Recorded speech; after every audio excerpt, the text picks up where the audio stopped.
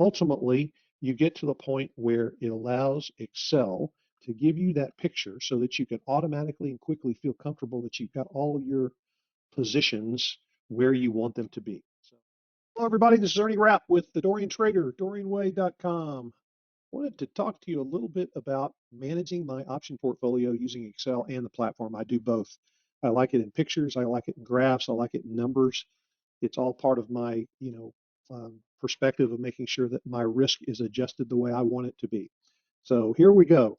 Let's go to the agenda real quick. Here's a little background. Why do I do this? What am I looking for? So I have approximately 40 underlyings currently having sold mostly naked calls and puts. I have my overall portfolio beta weighted to neutral. That's my goal. Now we'll talk about that and I'll show that to you in just a minute.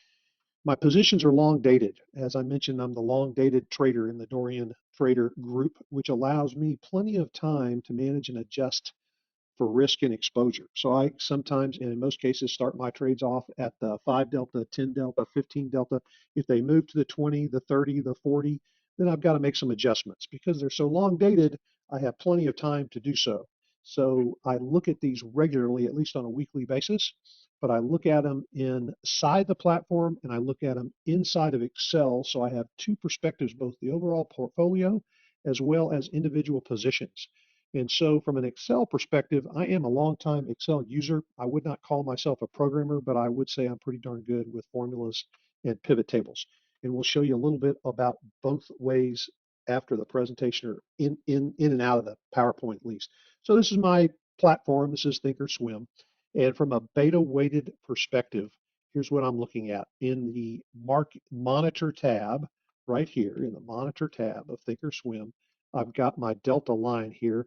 But the key point is on the position right there, I've got that little box toggled on and I've written in SPX in here, which allows all of my positions, my different positions to be weighted against the SPX, which gives me an overall perspective of all these different positions, which on an individual by individual basis, I'm always trying to keep that delta weighted number to a plus or minus 2. Sometimes it goes way high, way low, depending on what the market is doing. But I'm constantly managing these things on a weekly, monthly basis to plus or minus 2. Doesn't always get that way, but I'm looking for the absolute zero on an overall portfolio basis. And when I took this snapshot just minutes ago, my portfolio was weighted at an 8.87, which is pretty darn close to zero. Not quite zero. Last week it was at a 0.12, which is as close to absolute zero as I can get it, which ultimately means my overall portfolio of naked calls and puts is neutral to what's going on in the marketplace. Right now it's a shade long, 8.87.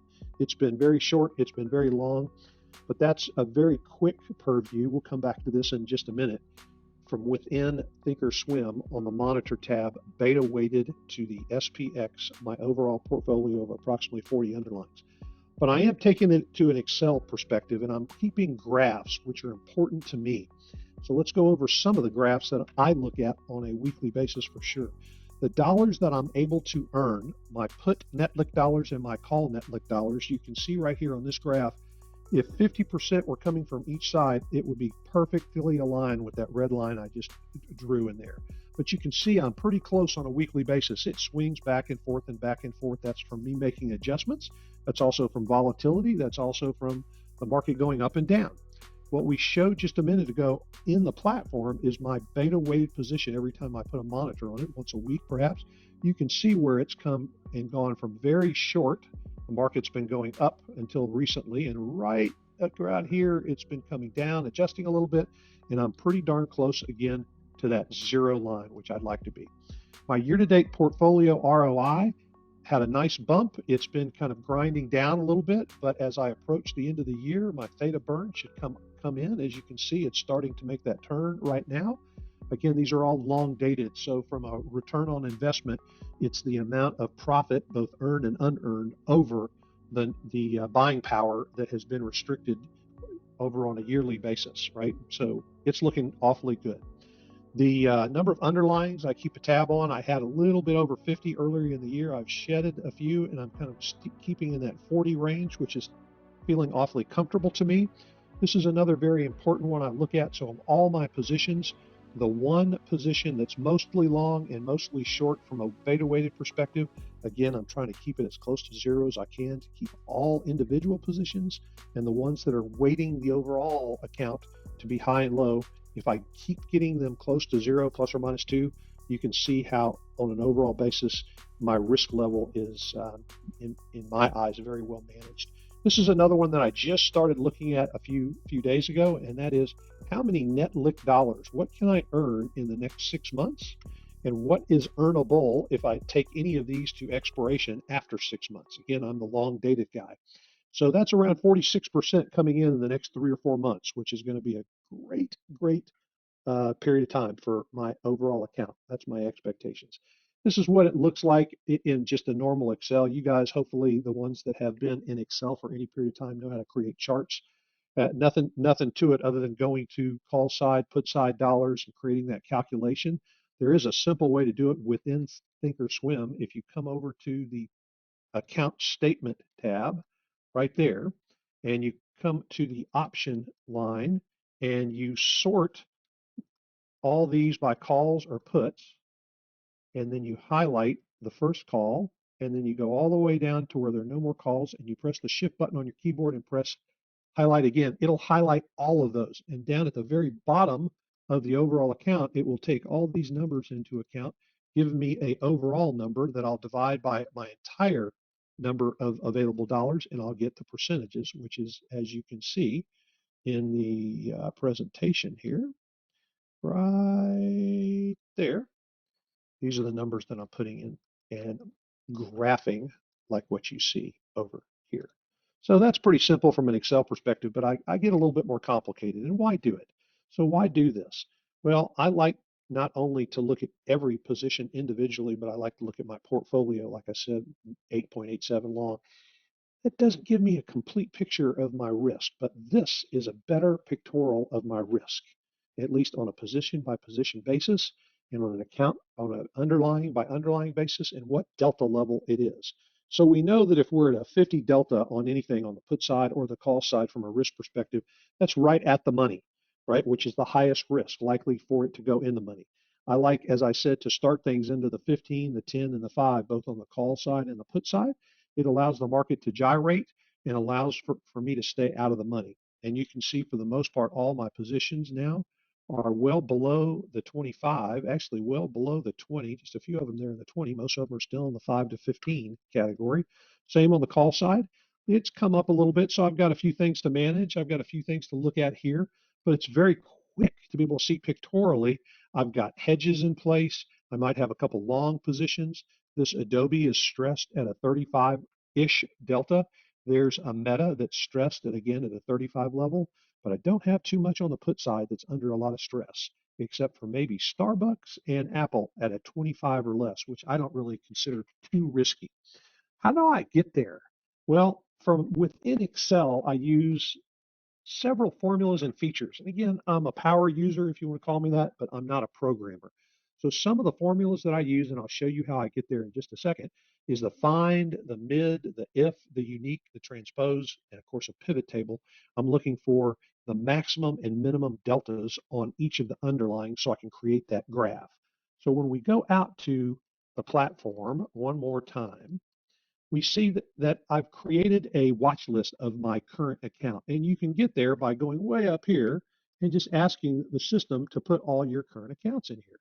And I've created one that has columns of number of contracts and my beta weighted delta, excuse me, my non-beta weighted delta. That's really important because that graph that I showed you in Excel is the true strike price delta, not beta weighted. So that's really where my risk is. Right here, this little button allows me to go export it to a file. And when I export it to a file, I'm allowed to go out into Excel and import that information. Let me go out to an Excel file and let's see if we can import watch list A. I did the delimited ASCII thing. I skipped over that little step, but I know that you power users will be able to do that. Anyway, you'll see the option chain come in, the number of contracts, and the delta level. So it's just a long list of all my different positions. So not to skip over too much, but when I get to, let's see which chart I need to go to. Here we go. When I get to that point, I do a couple manipulations, which allows me to get into a pivot table that makes sense. And here's where we get into what I call the ifs and the finds. Here's the list.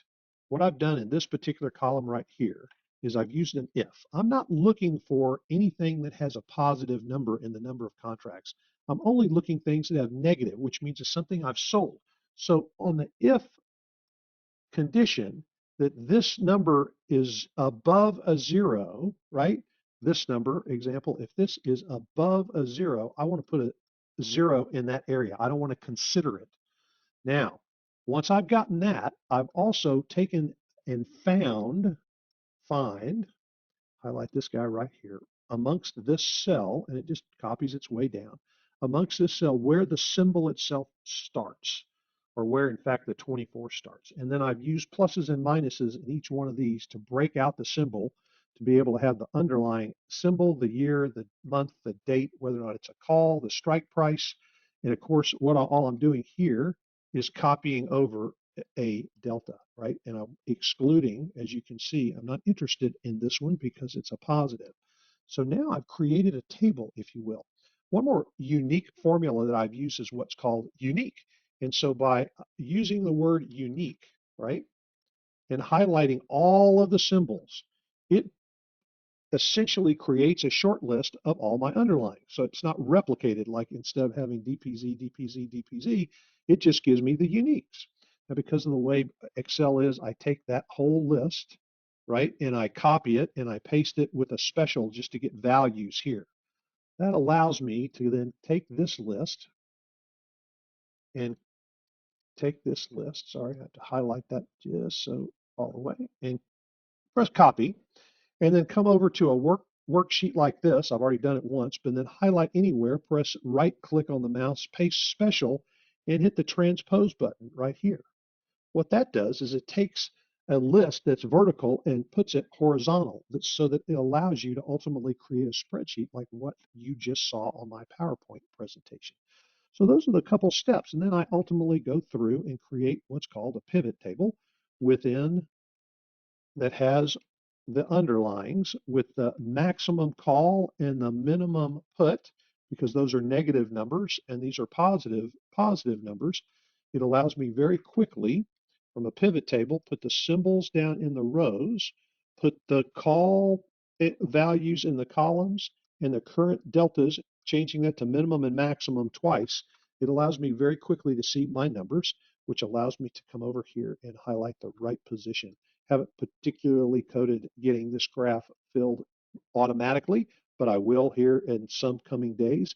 Ultimately, you get to the point where it allows Excel to give you that picture so that you can automatically and quickly feel comfortable that you've got all your positions where you want them to be. So I look at each position within the platform, and then I spend a little time. That took once I got the formulas down, it takes me about 15 minutes to do this entire thing. So I think it's a great investment of my time to make sure I don't miss anything when I'm managing my overall portfolio. That, my friends, is really what I wanted to talk to you about today. You can ask me anything at ernie@dorianway.com. We're the Dorian Trader Trading Club.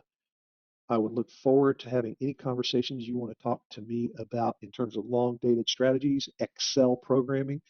There are some spreadsheets that I created to help find calls, naked puts, call spreads, and put spreads called the Option Shopper, which are available to you as a member of the Dorian Way, the Dorian Trader Club. Thank you very much. Hope you enjoyed this information. Have an awesome day.